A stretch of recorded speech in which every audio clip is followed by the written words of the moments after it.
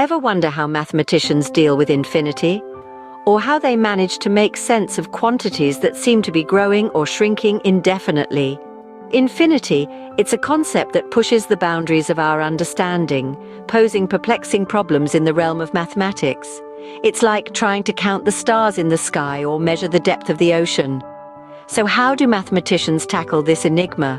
They've developed a tool, a lifeline in this sea of uncertainty. That's where the concept of limits steps in, offering a solution to this mathematical conundrum. But what exactly are limits? How do they help us make sense of infinity?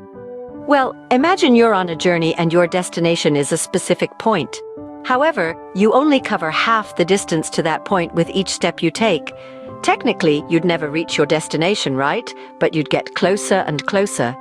In calculus, this is the essence of a limit. The limit of a function as x approaches a certain value, let's say a, is essentially the value that the function gets closer and closer to as x nears a. It's like you getting closer and closer to your destination. The interesting part? The actual value of the function at a doesn't matter. What matters is the value it approaches.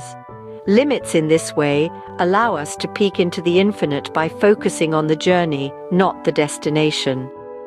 So, the limit provides us with a way to talk about where a function ends up, even if it never actually gets there. So, how does understanding limits benefit us? Well, it's quite simple.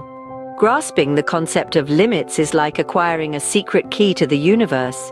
It's this understanding that forms the backbone of calculus, allowing us to define complex concepts like derivatives and integrals. These concepts are not just theoretical indulgences, but practical tools used in diverse fields like physics, engineering, economics, and beyond.